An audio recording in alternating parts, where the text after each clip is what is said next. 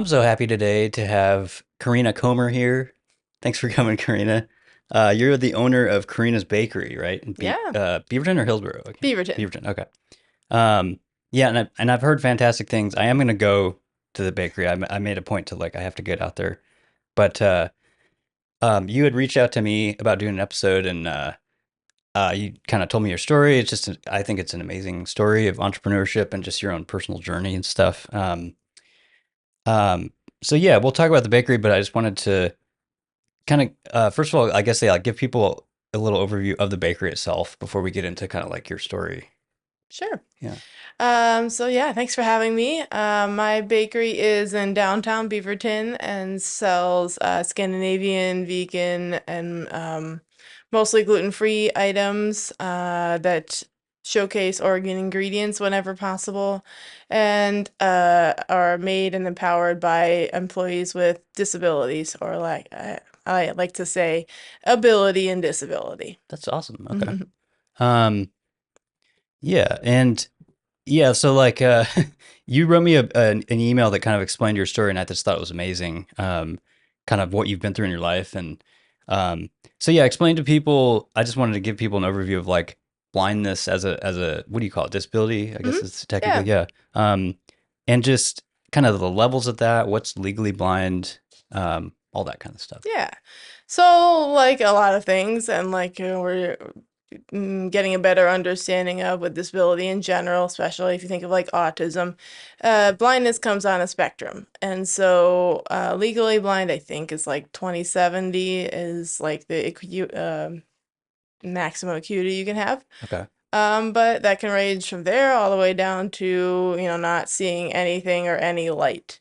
And then for me, it means that I'm fully blind, no light in my left eye. And then my right eye, kind of like if you cup both hands around, that's kind of what I can see straight ahead, no side vision, no depth perception. But I can get around better than say someone with retina pigmentosis or something like that. Okay. And you were that way since you were born, or because I know some people kind of get that disability, but Yeah. Pretty much since I was born. When I was 9 months old, I was diagnosed with a astrocytoma, which attacks your eye nerves and your pituitary. And so, yeah, they did some surgery, but they couldn't save my left eye. And yeah, the right eye nerves were pretty eaten up as well. So, wow, okay. yeah. Yeah, that's amazing. I was curious when you mentioned that, too, like I don't know much about so like if you're not able to see basically anything, what is hmm that you mentioned the 20/70, that eye vision test stuff? Like what is that on the scale? I mean, I guess it, Yeah, I mean, I've heard of like 2100 vision or something like that. I'm not quite sure. Yeah, I should know that better. But it has to do with like what you can see close versus what you can see far. I can see, pretty good up close in front of my face, but if you try to say, "Oh, Mountain Hood's over there," I'm like, I don't know, you know. yeah, And even standing waiting for a bus, I'm like, is it the bus coming or is it just a shadow of a sure. tree I'm seeing? Right. Is that long, any kind of distance in Yeah, that for sure. type of thing? Wow. So and then, it can change day to day depending on how tired I am. I can get, some blurriness or just feel like my range of vision is less. And with the depth perception, I can't tell if something I'm stepping down is, 6 inches tall or, a couple Hmm. feet. Hmm. And so that's why I have a guide dog. And if I'm not having him, then I have a white cane that I use to help me get For sure. around. Okay. Yeah, and by the way, the dog is here. Yeah, it's sleeping. Moby, like the Yes. book Moby Dick, right? And it's a cool dog, by the way. Yeah, I was curious too, like, um, do you have to do anything now to like deal with you mentioned you had surgery and stuff Mhm. like at a young age, but is it you don't have to deal with any of that now? Like you just kind of I have to have MRIs, and I okay. have had, well, I guess you sort of call them relapses. When I was 8, I had the tumor regrew because I couldn't get quite all of it, how entangled it was. So Wow. it regrew, and I had radiation therapy for that. And then I was one of the lucky few to get a benign tumor due to the radiation. Oh So that wow. impacted Oh, me in the middle of grad school. So, wow. yeah. Jeez. Yeah. That, and you're saying that that came literally from the for the hmm radiation treatment. Wow. Um, yeah, I'm curious. Like, I guess we can get into that, like, because you, I think you had wrote a lot in there about growing up, with this disability. hmm Tell me about like what that was like for a little bit. Yeah. Yeah. It made me, of course, shy and not confident about who I was and what I looked like. Um, Besides the vision impact, I also lost control of like my hormones, my metabolism. So Hmm. I looked different than the average kid, and I was always on, these medical regimens and diets and yet I grew up in a family who loves food, so it was always a major struggle. And so I ended up taking to the kitchen to help my mom bake and find that the therapy and the kneading the dough and making something for someone else and maybe sneaking a little on the side, while connecting back to my family heritage. I come from entrepreneurial families. My grandfathers emigrated from Sweden and Ireland and, really did odd jobs. My Swedish grandfather was in the military almost as soon as he got his citizenship. And then eventually they opened their own businesses. And they became really well known throughout the region. I'm from Connecticut originally, by the way. So, Okay, that's what I was gonna say. um, Yeah, that you're talking out in Connecticut in that area. yeah, Yeah. yeah. So my Swedish grandfather started a Scandinavian gift shop and coffee shop and kind of grew it into a little mini empire just in that one location and became known like throughout New England. People would come. And my mom, of course, grew up in that and having those humble values of hard work and perseverance from the beginning. Um, and that drive to keep doing something that my was what brought my grandfather here in the first place, and so that all kind of got passed down to me. Yeah. So yeah, giving up isn't really in my DNA, Yeah. so No, that's really cool. yeah. And are there other family businesses still? Are you the kind of, is that what you meant? Like you're um the, there's sort of still a construction business on the other side of the okay. family, yes, Okay. yeah, different, Um, yeah, kind of pivoted, but yeah. yeah, that's cool. And would you say you fell in love with baking? Like you mentioned at that age, at a young age, you just Oh kind yeah. of, okay. When I'm looking through the scrapbooks, I was telling people when I was like 5 that I would open a bakery, and Wow. if I wasn't in the actual kitchen, I was down, with the play food and yeah, experiencing it that way. So, Yeah. yeah. Um, yeah, and you'd mentioned in your email about, a lot of real challenges in college. I'm curious about that Yeah. as far as access and stuff like that. Yeah. Yeah, so the passion only grew as I grew up, and eventually I finally found myself in the high school culinary kitchen where I didn't really learn a lot per se, but it was a nice break in the day where I got to be myself while at school. And my chef there really took a liking to me, and he recommended that I go to early enrollment at Johnson and Wales, which is a well-known culinary school there that has a pastry program. Okay. And That like a prestigious or like a higher, it's considered a yeah, high yeah, it's pedigree. like it's a competitor to Culinary Institute of America, Okay. so pretty good. I don't know anything about that world, Yeah, so no yeah. worries. And so I, insisted to my parents that that's what I was doing, and they supported me. But once I was in it, they're like, "This is your choice." And when I got to, the dorm, I knew right away how much of a challenge it was going to be. And then stepping into the classroom, that was an eye opener. Um, What when you say like you knew immediately, why was that? uh, like already I felt discriminated against because, I had, carry a lot of machinery or had a lot of machinery in my room to like blow up textbooks. And, Sure, yeah. you know, I took certain meds, I acted a certain way, wanted to get to bed early so I could study or, Yeah. things like that. Um, And did you get kind of the vibe of people just like, there's no way like this person could do this kind of, oh, totally, yeah. yeah.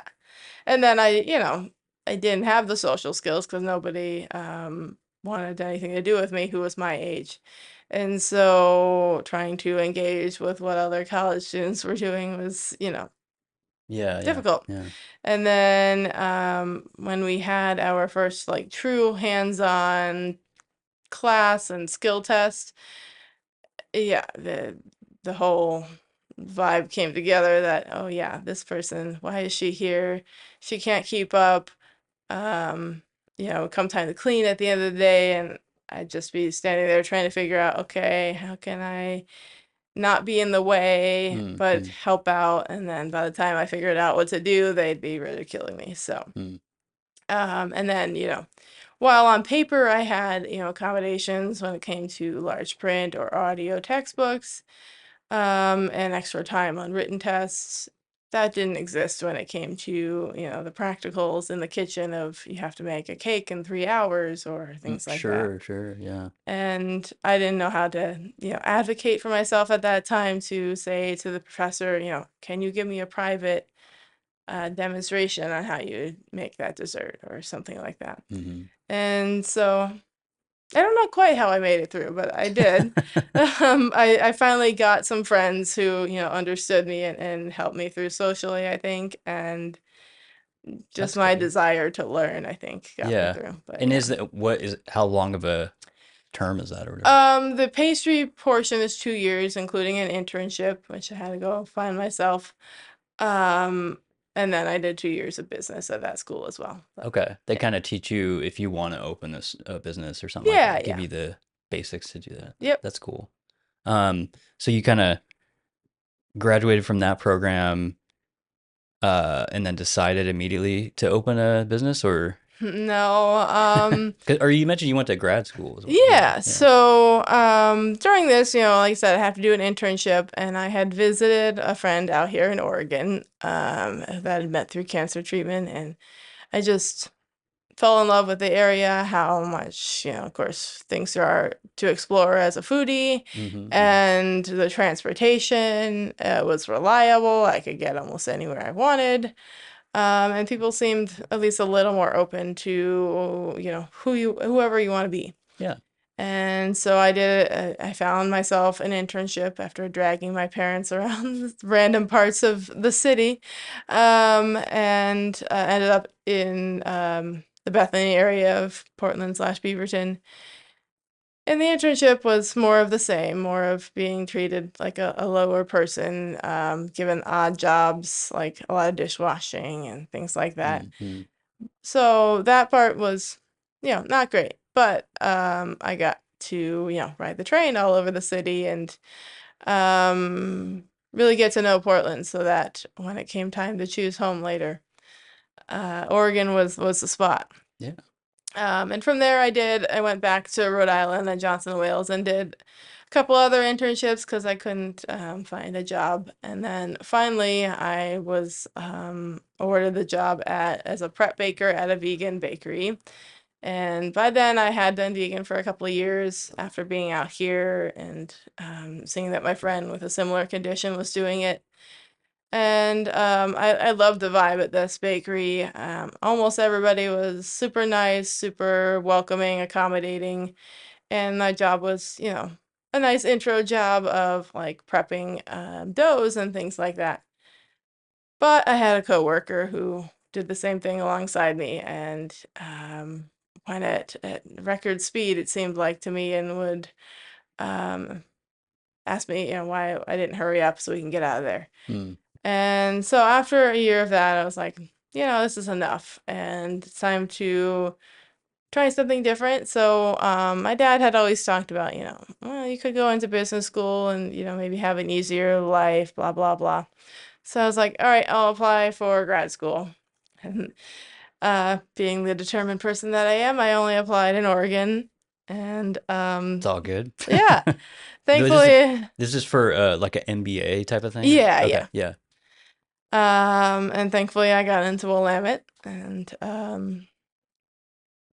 yeah, that was another adventure of um learning a different part of myself because I was in a totally different environment. In fact, sometimes people are like, "Oh, if you want to open a restaurant, this isn't the thing for you." And I was like, "Ha ha." Hmm. Going through But the MBA program, that's what yeah, people are saying. That's interesting.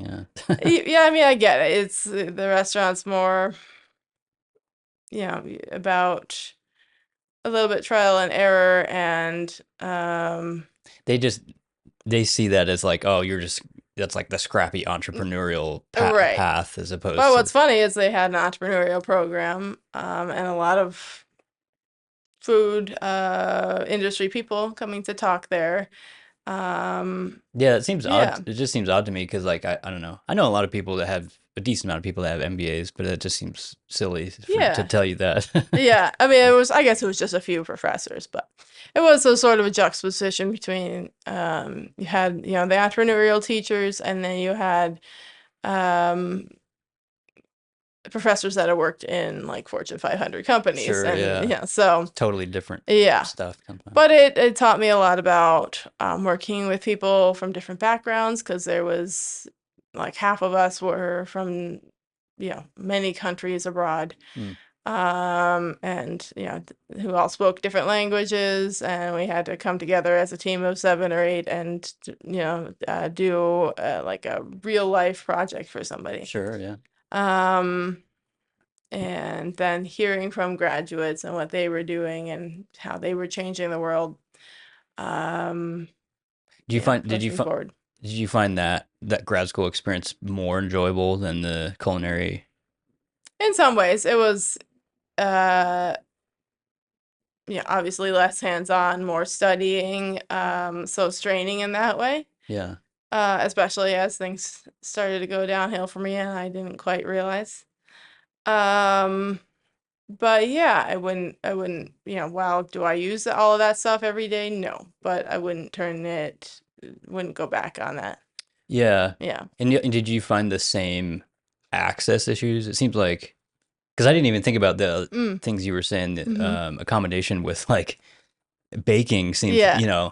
there's a lot more there. But did you find there were similar There were some accommodations? challenges, that, some professors, not intentionally, but they're excited about what they're doing and get kind of caught up in that and forget to explain what they're writing on the board or Sure. Yeah. something like that.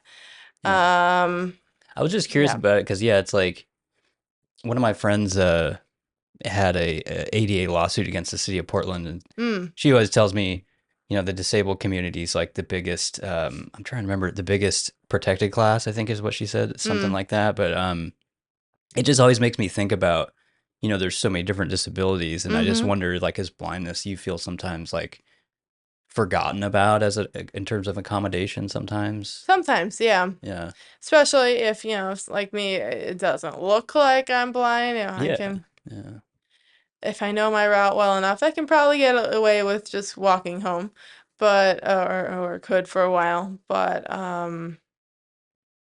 yeah, then I'll just be staring at you at the board like, what are you doing? right, So right, and be yeah, clueless later. So yeah. especially during that time, my eyesight was changing. All of a sudden, I was really sensitive to the sun, Okay, and yeah. it developed into one day I walked out of my apartment and couldn't tell where the sidewalk ended. Hmm. And then I had a really bad fall, ended up in the hospital, and lo and behold, they did an MRI and discovered I'd had a brain tumor, developing for a few years. Wow. Um, but yeah, I look back at my notes before that, a few months before that, and I was like, yeah, these are no good. I can't make any Jeez. sense out of them. Yeah. And so that happened. What you were just saying happened after grad school or during Mm-mm, in the middle of in the it, middle. at the Okay, wow. beginning of the second year. Yep. And so, but you just, obviously, that's a lot to deal with. But you kind of dealt with that and kept going through school. Sort of. I had to obviously go get surgery, and you don't just wake up and go back from that, which is a very hard thing for me to do. So And that's I, probably a long process in yeah, itself. yeah. Yeah, recovering and all that stuff. Right, yeah. Yeah. So I went to Texas, a lot of discussion with my family about where I was going to go and, it's connecting to a network of people. And so I went to Texas and got really good, care and surgery there. Stayed there for like a month. Then went home to Connecticut for a couple of months, and meanwhile getting stir crazy and Yeah. all that stuff. And then I determinedly said, okay, when Christmas break was done, I was like, I'm going back.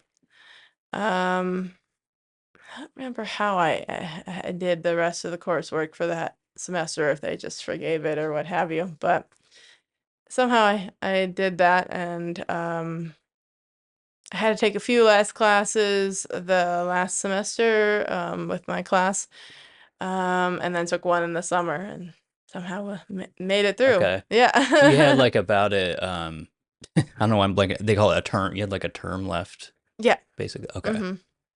hmm That's great. And then did you have the plan in mind already from then to open a business, or was it? No, I mean it's always been my dream, but I figured, I'd get some industry experience, Yeah. Yeah. try out a few things, see if there was something a little less stressful that I'd be happy at. Um, the summer before my surgery, I worked at a nonprofit coffee shop in Salem that hired, or well, it was actually part of a nonprofit that took in at-risk youth and mentored them, and then gave them a job if they wanted at this shop. And they had awesome coffee, and then they had Costco muffins and things like that. And I was like, that's just not any good. Yeah, what's your opinion on Costco muffins? mm, People love them, but the people love them, I can but understand if your you're gonna have that criticism. much, sugar and unknown stuff, then put that sugar into at least something you feel good about, Yeah. that 'Cause- was handmade, and that at least you can support somebody in making that, Sure, and it's yeah. worth those calories. Because I'm sure the stuff you're making is very different as far it's not supposed to be on a shelf for Right. many weeks or whatever. I don't know how long they last, but yeah, Yeah, it's like, what is that doing to you? Yeah. for sure. Um, so yeah, you kind of got some more work experience after that, or Yeah, so for them, I was able to develop a baking program, find a place nearby for us to rent a kitchen, train a couple mm. employees how to do it. Is that the nonprofit? Yeah, Yeah, yep. And so that was my summer internship, and I continued it a little bit into the fall until I got my diagnosis and everything fell apart. But they were understanding, and the position wasn't still there that next year, but I moved out to Portland with a friend and started my job search for anything that had to do with, management in the food industry, or leg up towards management. And I mean, I would ride the train for an hour to go to an interview, and I don't know, I must have done 50 interviews or something like that, or at wow. least 50 applications. And I would get there, and the interview would go great, and I'd be led into the room so they wouldn't be any the wiser. And then I'd pull out my white cane to get out of the room, and you could just feel the energy drop. Like, Sure, yeah. oh wait, she's blind. We can't hire her. She's a liability. And these are So, all food places. Yeah. well, yeah, I mean, I tried to, over time as I got more frustrated, I branched out a Yeah. little, like, working in cafeteria management for a college or Okay. something like that. But Yeah. Yeah. yeah, ideally something to do with food is what I was trying for. New Seasons was my top pick, but yeah, They're okay. Yeah, I yeah, know. yeah. Especially back then, they were, still a local company and all Yeah. that. Yeah. But yeah, didn't happen. The only thing I could get was working for a blind kiosk manager at the courthouse, and that kind of immersed me into the business enterprise program from the Commission for the Blind, where there are designated spaces in federal buildings that are to be operated by blind managers, to be able to create their own businesses or vending machines or what have you. And so I Huh. looked into that, did Can all you? the training. Yeah. I was just yeah. Can you explain that a little bit more? I'm curious about that. That sounds. Yeah. I've never heard of that. Yeah. So like if you ever go into say a courthouse or It's any federal building. yeah, Yeah. yeah. and what designates a federal building is kind of weird. I mean, it was a county courthouse, but somehow it's, Okay. yeah. It's Or usually a government yeah, building. government building. Yeah. Um, and it can be a courthouse, it can be just a bunch of offices in a building. And if there's a cafeteria there or a coffee shop or anything like that, it's probably going to be run by a blind I see. person or, That's you cool. know, Yeah. owned quote unquote by it. So that's what you mean when you say kiosk, any kind of like small business or like Yeah. little corner business in the Yeah. in Or the oftentimes, like I know people who make a living out of like operating vending machines and making sure they get stocked. And Okay, so I see. a lot of those kind of buildings will allow blind people to do that as well. That's cool. Yeah, Yeah. I never heard that. That's awesome. Yeah. Yeah, but you have to go through this whole training, and I was like, really? I know all of this except maybe Braille, but Right. You've been nothing. dealing with that like your whole life. So, Yeah, yeah. and the business stuff, I was like, okay. And then in order to just get qualified for anything, any kind of program that they might have, you have to go through things like, oh, let's see how you can cook and how you can live independently, and you know. As soon as the person came to my house and did that, Really? she's like, yeah, okay, you pass. They just kind of watch you for like an hour or something. Yeah, yeah. She watched me, but as soon as she heard my story, she's like, "Yeah, I wish I didn't have to do this It's assessment like with a you because obviously verification or you know." yeah. Wow. But That's funny. yeah, so I went through that whole thing, and then I toured a couple of spots, but the spots that were available were back down in Salem, Okay. and also I was under the impression that I could kind of make it into what I wanted it to be. And when we walked into this spot in Salem, they were cooking burgers, they were frying stuff, and I'm like, this isn't vegan, this isn't a bakery. Right. You were thinking more This of a isn't cafe kind of yeah, I mean I thing. can obviously do some savory food, but I was like, oh. And I was like, so I could change this to be like a soup and salad and bakery joint. They're like, oh no, it has to be this. I'm like, all right, never mind then. I'm definitely not moving back for this. That's weird. Yeah. So they didn't, Yeah. even though like you were kind of given the reins to it, Yeah, and apparently I was a rule breaker in some ways and they tightened things up. they didn't want to change the menu and all that Yeah. stuff. Of Huh. course then COVID came around a few years later and they had to change somewhat, Right. Yeah. but Change everything. Yeah. yeah. That's So cool. Yeah. No, I just never heard of that like whole program and stuff. That's yeah, cool. yeah. Yeah. I hadn't heard of it either until I started working with the Commission for the Blind. Who, by the way, are very good people. They helped me, when I did start my business to find some resources. Of course, connect me with people who I could hire. When I was an employee, they had lots of different resume creation sessions and job coaches and things like that. So And that's a national or state thing or that's a state thing, yeah. So every Oregon state State? has their own like blind services. Mine, as far as I remember, in Connecticut was only for children. So I'm Okay. sure there Okay. were some adult supports, but Yeah. it seemed like, well, once you graduated, you're kind of on your They're just own. like, good luck, whatever. Yeah. Yeah.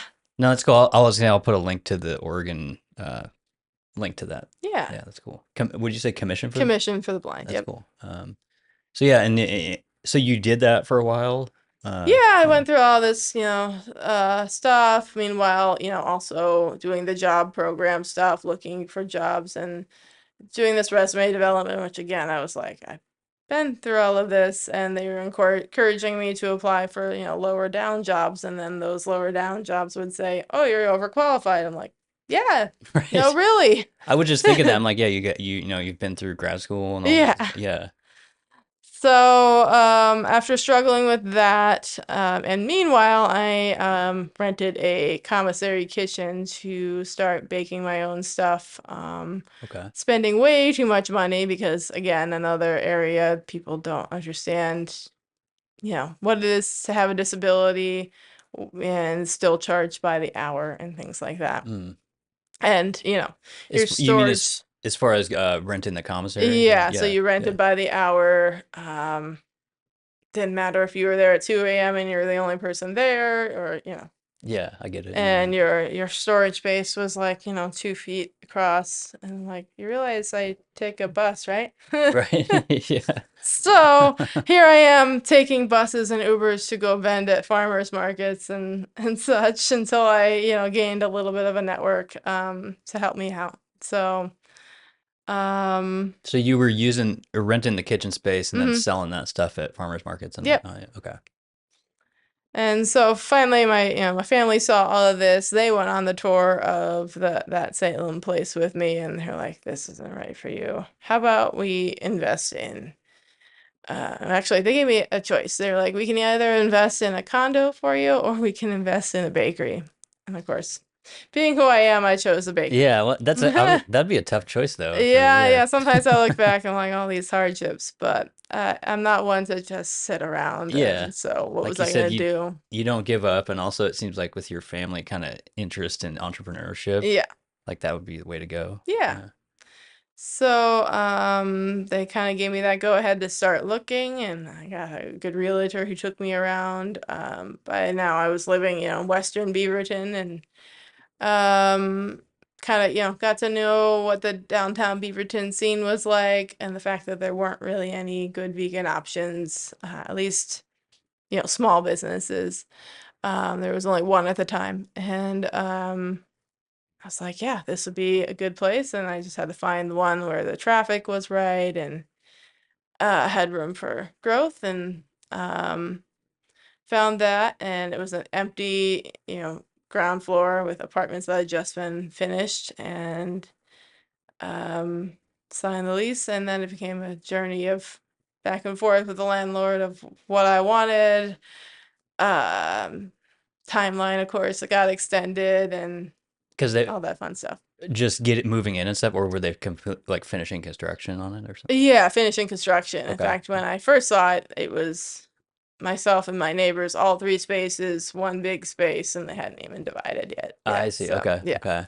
So you're kind of figuring But that they out. built it out for me with the help of a city grant, which was great. And, In terms of making it accommodations and all that stuff, well, or does that ish. I come? mean, I had to speak for myself on that. Yeah. But we worked together kind of on the layout of, okay, this is where the serving counter goes, and all the different things. Sure. Some Yeah. of the things I should have fought harder for, but and one of the big things, I'd say the major accommodation I made was creating a dog kennel under the serving counter. That's cool. Yeah, Yeah. and so they were like, "You want to do what?" It's like, just create a 6 by 3 foot space for me and I'll do the rest." And then, of course, it became like a 5 by 2.5, I think, but Not quite what you wanted, not but quite, but yeah, yeah. In terms of accessibility, it's not a whole lot you can do in 800 square feet space when you want to do, all bakery operations. So we're not, we're relatively wheelchair accessible as a customer perspective, but not as a worker perspective. That I hope that can be for future location. But we, create things in straight lines so that people who are vision impaired like me or have any kind of balance issues or things like that always have a path and something to hold on to if they need. And then after that, it's just more about how we train people and organize their jobs and things sure. like that. Was it like a long search when you were looking for a spot like that? Not horrible as things go. I think I saw three other places. One of them was like a distinct no because I was like, this is in like a strip mall. Nobody's gonna notice me. Right.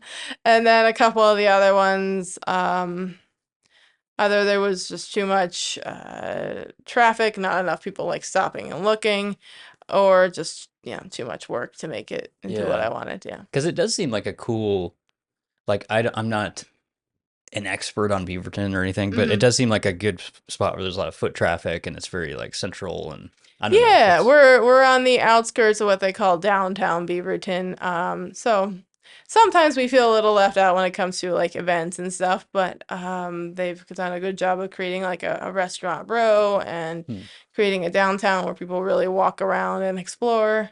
and we're not on the corner of the busy street, but the building is on a busy street. So, yeah, we've grown our traffic for sure over Yeah. time. Yeah. I was just And- thinking, yeah, as opposed to like you said, like a strip mall or something. It Yeah, seems like you yeah. get a probably more of the customers that you'd And a want. little more places to park. Yeah, It's yeah. our number one complaint, but a little bit better of a Okay, chance. yeah.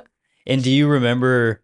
I was gonna say because I've had other business owners on here who have been in business as long as you Mm. or even longer. But do you remember the first day opening? Was that really exciting, or how was that? I was thrilled to finally be open. In my mind, the 2 months between finally signing the lease and getting the finishing touches on the space done were like the longest period of my life. Hmm. Now I laugh at myself and I'm like, I should have been like, standing on street corners and passing out flyers, but not pressing the landlord like, you said you wanted to be open by this point. Why aren't we? It's all hindsight, though. Yeah, Yeah, yeah. yeah, Um, and of course, getting the health approval, and that was emotional. And you don't realize when you go into a restaurant, but all of that shelving, those tables, all that has to be put together by hand. yeah. So it's a lot of A work. lot of work. Yeah. So when we finally got open, yeah, it was amazing feeling. It wasn't very active, but Mm. but it was amazing It was good feeling. just to Have it get that open, going. see Yeah, that, yeah, dream. I had a few people on my team and they were excited, and a couple of them hadn't had a job before, and so that was great that way. yeah. It's got to feel good to give them employment, and Yeah. yeah, And then it was about a month between that and our grand opening, when we could get the support from the chamber and downtown Beaverton. that was must have been cool. It was really Yeah, cool. That month in between was again very slow, and I'm like, what the heck am I it doing? was kind of a in between period of before the Yeah. grand open. Yeah, Yeah, and so when we got to the grand opening, I had people taking me aside, and it's like, my child has blah blah blah, and I've always wanted there to be a place for them to work, or I wanted to open like something like this myself, but I didn't know how, hmm. and so I was like, all right, I'm doing the right thing. That's awesome. Yeah, um, yeah. And so, I mean, I already started thinking about because this must have been what 2017 or Yep. something. Okay, so you probably had, and I've had a lot of business owners in here talk about this, but so you probably had a 3 good years of like Mm. until COVID. Hmm. I'm just curious how that went for you. Like Yeah. because you're still in business, which is great. I know a lot of restaurant owners who are struggling and stuff. So Oh yeah, it's always a struggle. I would not say I've ever felt comfortable in terms of how yeah, our, money the situation bottom is. line. Yeah, Especially, you take in the rocky restaurant industry and you're adding a philanthropic cause on top of sure. it. Yeah, Um, but yeah, the first 2 years were all about, growing our following, making our employees comfortable. And of course, most of my employees, they don't stay for too long, um, except for those who have, serious disabilities and really get attached. So there's always, that turnover to deal with. And I'd say those first couple years were also about shaping the community perspective and helping them understand that we all belong working there and not in a phone booth or sitting sure. at home twiddling our thumbs. um and that yes, our service may be a little bit slower, but you're going to get greeted by the most excited greeting you've ever had walking into a coffee shop.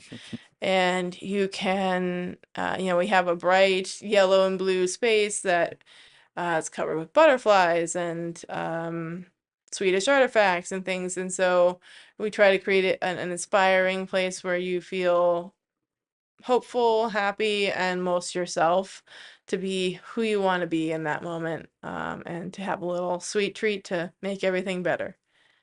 And so, yeah, and then COVID hit and we had to pivot. I, didn't know what the heck was happening. So I sent everybody home. I was like, be in touch soon. Um, and luckily I live and still live super, super nearby. So I could just pop in and run the place myself, Mm, although mhm. it was pretty depressing. It felt like going back to day one when we had like, 4 stands on the counter of stuff and that's it. Yeah. We had, probably grown it to 30 different things and, real eye opener to people with allergies and things like that. Mm. So yeah, some days I was so depressed, I would just put the pan itself on the counter. I was like, here we go, this is what I got.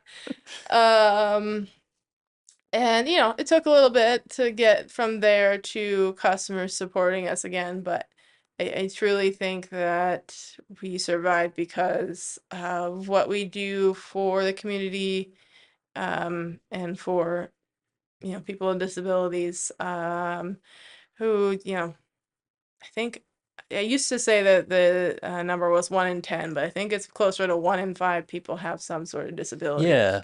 That's the And thing I mentioned earlier. I forget what my friend Tiana always says, but yeah, it's something like that. Yeah, like so it's the most common. everybody knows somebody, whether they have expressed it to you or not. And there's a lot of people who hide their disability all their life because they're afraid of being seen as different or incapable or what have you. And then there are others who are, blatantly disabled and maybe need help all their life. And then there's those of us in between trying to lead an independent life, while dealing with whatever sensory or mental or physical challenge we have. Yeah. Usually, some of all of the above. And so the community really came to support that. I sold some Swedish artifacts and gifts along the way to try to, make use of the space where the tables weren't anymore Mm-hmm. and Mm. make it look, inviting and active. And I slowly started bringing employees back, which made, all the families happy to see them have a purpose again. And yeah, I just kind of kept going around like that, until we could get out of it. Yeah.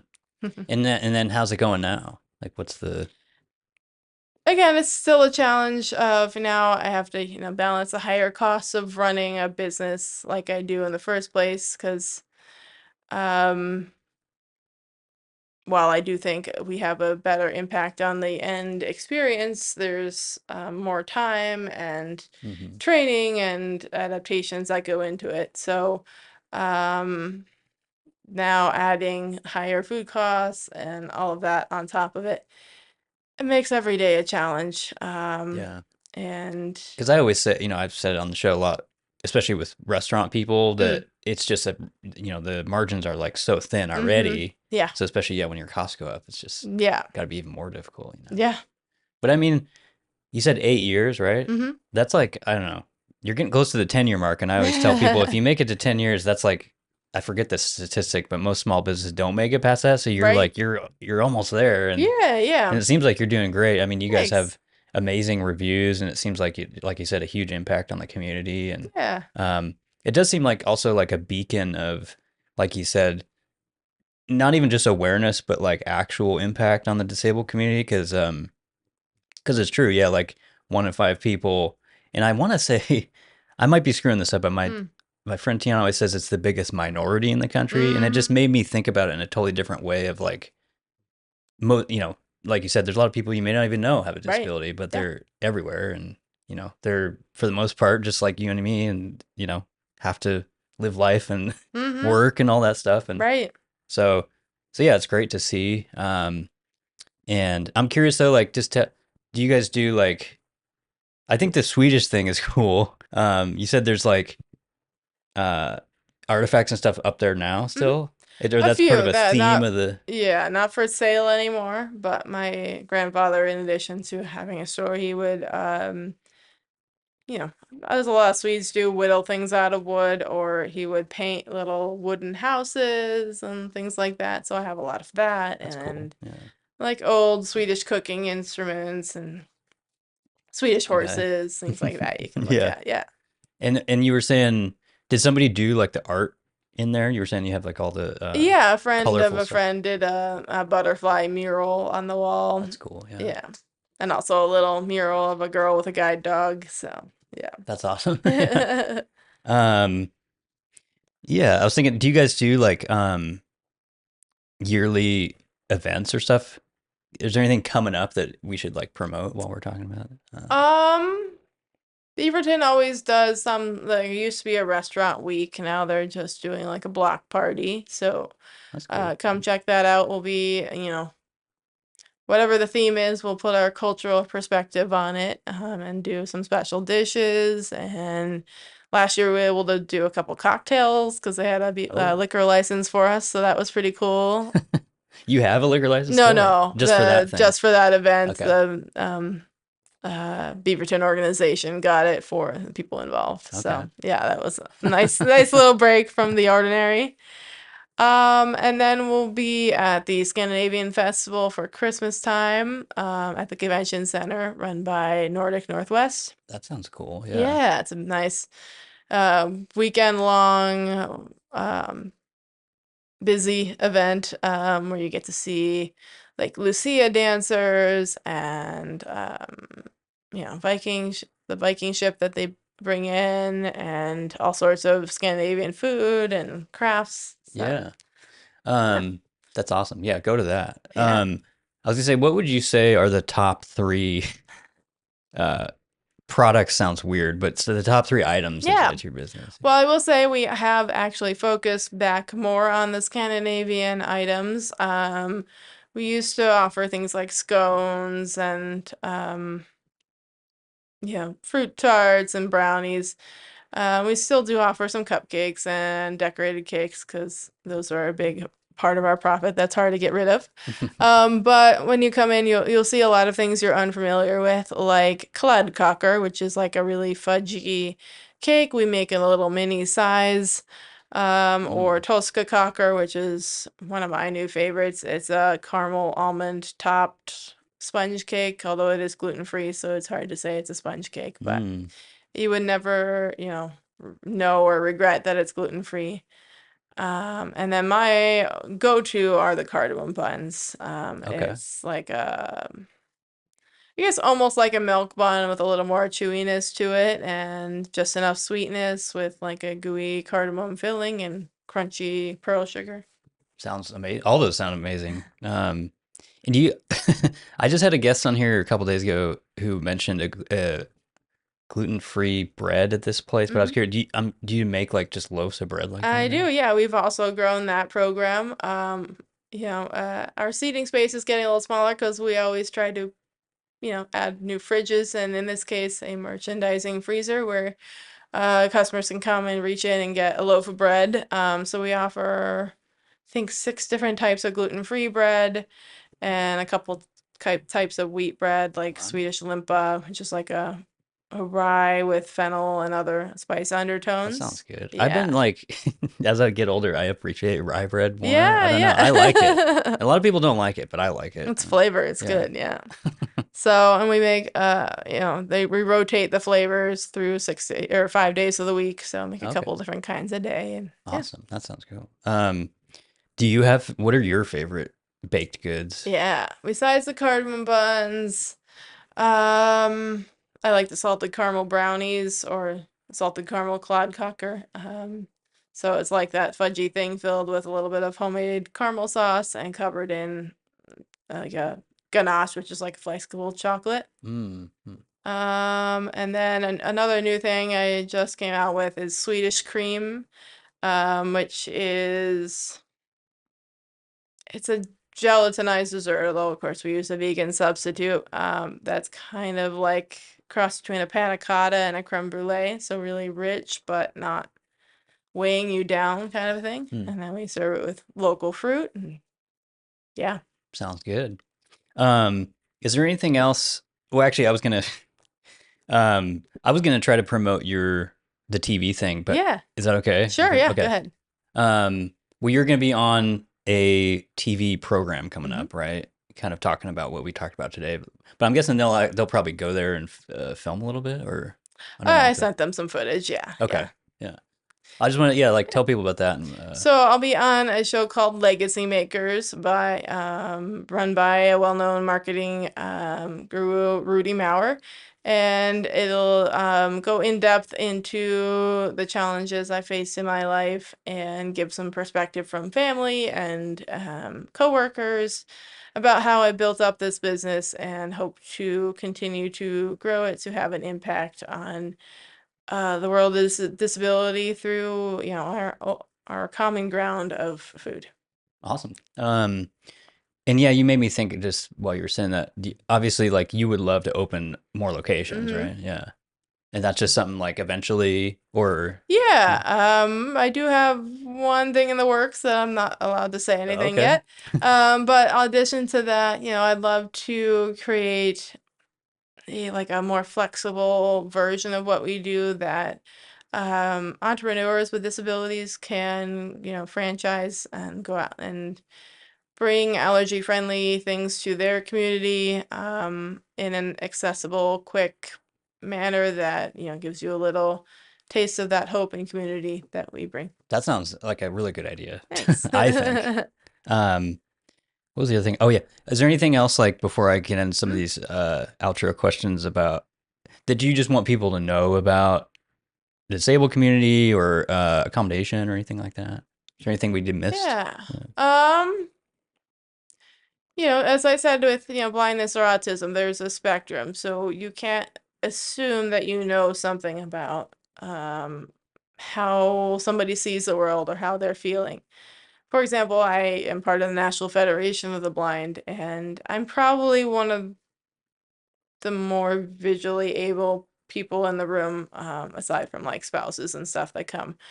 And um, so I'll sit there and be like, wait, no, that's so obvious. But then I have to remember that, someone next to me might only see like speckles of light or something like that. Mm-hmm. And so from their perspective, it's very different, and how they get around and perceive information might be different. And so just trying to keep yourself open to that and ask questions and, ask how you can help, but be respectful if they just want to do it themselves. Sure. Yeah. I was curious too. Like I was thinking about this today and yesterday. Like, yeah, I don't know, and it's okay if you don't know this, I guess. But are there any like medical advancements or anything that you know of? Because I know Mm. in like the deaf community, colloquial implants Mm-hmm. are like a big thing, and some Yeah, people don't like them. And but it just seems like the the procedures would be so much more complex. It for seems sure. like, but I don't know. Is there any Yeah, like there are some, I think it's laser treatments and things like that that they can do. LASIK or something? Or Yeah, LASIK, but it's only for certain types. I want to say it's glaucoma, but I could be totally wrong. okay. But it's only like one particular type or cause of blindness. Hmm. For me, with it being caused by deterioration of nerves, if there's ever a solution to that, I imagine it's pretty far out because, tiny little nerve, how you Right. gonna replace that? Right. But I do appreciate, all they're doing to try to make it better. Some blind people are like, well, this is how it's meant to be. We don't want that interference, and we just want to be respected for who we are as we are. Sure. Yeah. Yeah. Yeah, I get that for sure. Okay. Let me get into some of these outro things. Is Yeah. there anything else you want to add about your Northwest story? You know, because you mentioned you grew up in a bit Mm-hmm. on the East Yeah. Coast mostly, and then you moved out here Yeah. a while back. But Um, hmm. I mean, we did cover a lot. But if there's Yeah. anything we missed, there. Yeah. I just appreciate how much more welcoming and open people generally are. I mean, there's, like I said, there's still a lot of obstacles to overcome. But people are a lot more neighborly and kind of, inquisitive and, are okay taking things at a slightly slower pace than New England and, New York area. Yeah. And yeah, I Okay. appreciate that. I was curious too. I just this question just popped in, but you Mm. mentioned the. I think you said you were part of the national. What was it called? National. Federation of the Blind. Okay. Yep. Can you just explain what that is real quick? I'm Yeah. curious. Yeah. So they're an organization that it starts at the national level, and then there are affiliates that kind of report to the national but create their own um subset of rules and things like that, and programs and chapters within that. And we are all trying to promote the independence of blind people through education for ourselves and for the community, involvement in the community, um, fundraising to promote us, being able to get together at conventions and learn new things, and then advocacy to make sure that our rights don't get taken away and hopefully get expanded. That's great. And they do they do like local engagement or like local events there? It depends on the chapter. There's been some changes to the local Portland chapter, so I'm not as involved anymore due to my schedule. But yeah, a lot of them do, like I said, fundraisers that bring the community in to learn about how we see things, what we do. Or like at the bakery, I've had during October, which is Meet the Blind Month, we've had like a walk from my bakery to the library, which is only like a quarter mile, and seeing how we use white canes or how we use service dogs and letting people try out the canes to That's see cool. how it Yeah. feels. And And yeah, that October month, is that a national yep, month? Okay, that's cool. Good to know. And I'll put the link, yeah, to the organization in there as great. well. Let me get into some of these. Some of these are I've been warning people now. A lot of these are like junk food Okay. related, so it's totally fine if you don't like any of these. But here I'll start with a non-food one, I guess. Okay. Do you do you believe in aliens, Bigfoot, or ghosts? Aliens, what? Aliens, Bigfoot, or ghosts? Hmm. Not like religiously or anything. Sometimes ghosts, like those unknown things that I'm like, what the heck is going on? But um, yeah, not to any like pattern or anything. But yeah, You're generally open to it, or open to it. you'll Yeah. entertain the idea. Yeah. Okay. Um, do you like peanut butter? Yeah. Do you like crunchy or smooth peanut butter? I'll eat both. Smooth is what I tend to keep around, but Okay. I appreciate crunchy and like, peanut butter and jelly sandwich or basics like that. Okay. I like crunchy too. I like them both, but Yeah. and do you like the stir or no stir kind? You know, the oil kind or the I I like the unadulterated quality of the no stir, but if I can find one that's not too junky that's yeah, no stir, then for sure. yeah. Yeah.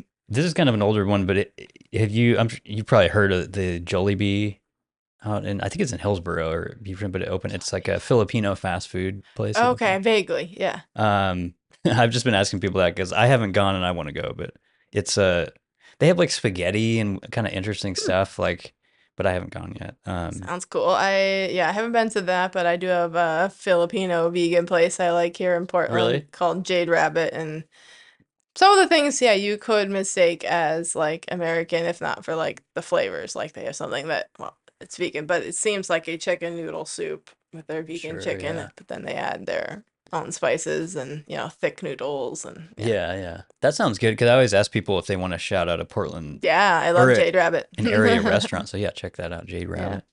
Um, do you have some favorite cheeses? Do you like cheese? Yeah. Cheese was probably the hardest thing to give up when I went vegan, although I did pretty much go vegan cold turkey, but Because it's you the can thing I get missed. vegan cheese, right? Are there? Yeah. Yeah. So, I've been vegan since 2011, and so it's come a long way since then. Even out here in Portland, you could really only find like Daiya cheese and things like that, which taste still today taste chalky and Hmm. have this weird artificial flavor. But since then, you have all of these cultured cheeses that have come up that are made with coconut milk, cashew milk, things like that.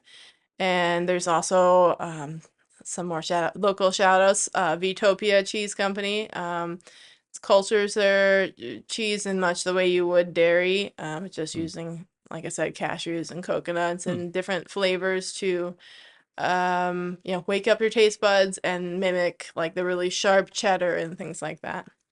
That's what I was Yeah. wondering with vegan cheese. So basically emulate like a cheddar, and then they'll Mhm. just sell it as cheddar. And it Yeah. okay, In the case of Utopia, though, they're generally all softer cheese. It's not like something you're ever going to be able to grate, but flavor-wise, they're amazing. okay, cool. Do you have a favorite type of French fry? Do you like French fries? I don't Oh, know. I love them, but I try to avoid Yeah, them. yeah, for sure. I try, especially when I'm home, I try for whole foods, plant-based. Now, Okay. when I go out to support others, then it is what it is. If you had to But I be do miss curly fries. Yeah. curly, okay, yeah, Yeah. I love curly fries too. Yeah. They're good. You see here, I was asking people this recently. I've only asked this one time, but Uh-huh. and I don't even know what these things are called. But I just call them the pin thing. You remember the pin things from like Spencer's Gifts that you like put your hand in? It's like a bunch of pins and Oh, yes. okay. I wish they had a name because I try to describe them. And you remember those though, I right? think Okay. so, yes. Okay. I just find that like everyone remembers those. They don't have a name. It's just kind of Yeah. funny. Uh, I should get one in here to have one, but um, uh, it's okay if you don't. Do you have a mm. favorite fast food? I know that's probably not your kind of No, thing. not so much. Okay, okay, it's all good. Um, okay, I'll plug the your website and stuff. But at first, Yeah. I was curious, like, I guess if someone was kind of like interested in has a disability and is interested in doing what you're doing, like, where Mm. would you point them to, like, for resources and stuff? And Mm. I mean, definitely get to know whoever your voc rehab counselor is. They can, even though, their job more is to get you into employment somewhere else, they can, point you towards resources like grants or hmm, others, government organizations that can help. Um, And then, really use, even though they cost money, use certifications to your benefit. Like a couple of years ago, I finally got disability owned certification, and it really helps connect me to others, and kind of gives me that edge when somebody's looking at me. yeah, Um, and that's with Oregon or no, actually they're international. oh, okay, Yeah. cool, No, it'd say be careful because, like, I also spent money on getting a woman-owned certification, and it takes forever. It's like you would think you just have to show your identification that you own 100%. No, it's like this whole, wow, I don't know, long 100 question process. thing. Yeah, And the disability one was like that too, but the woman one, it just didn't lead to very much. But that's just my perspective. But yeah, finding the one that's going to best serve you, and then really get ingrained with your local community wherever you're going to open up business, um, to find out what people need and how what you're gonna do can serve them. It takes guts. I still would say I don't have the best confidence in the world. I'm still an introvert, but you have to kind of put your business hat on and yeah, yeah. Well, you're doing ask fantastic, questions. so yeah, Thanks. yeah, It's one thing doing this as opposed to just walking into, a random store and being like, can I ask you questions or yeah, yeah. yeah, for sure. Yeah, well, thanks so much. You're always welcome to come back, and um, this was a fascinating conversation, and yeah, Thanks. go check out the bakery for sure. And we do ship a little bit if people are interested in that as well. So, Okay, you yeah. can order online. Yeah, Okay, yeah, I'll put a link to the website and all that it's stuff for perfect. sure. Yeah, yeah. Thanks so Awesome. much for coming today. Yeah. Yeah, thank you.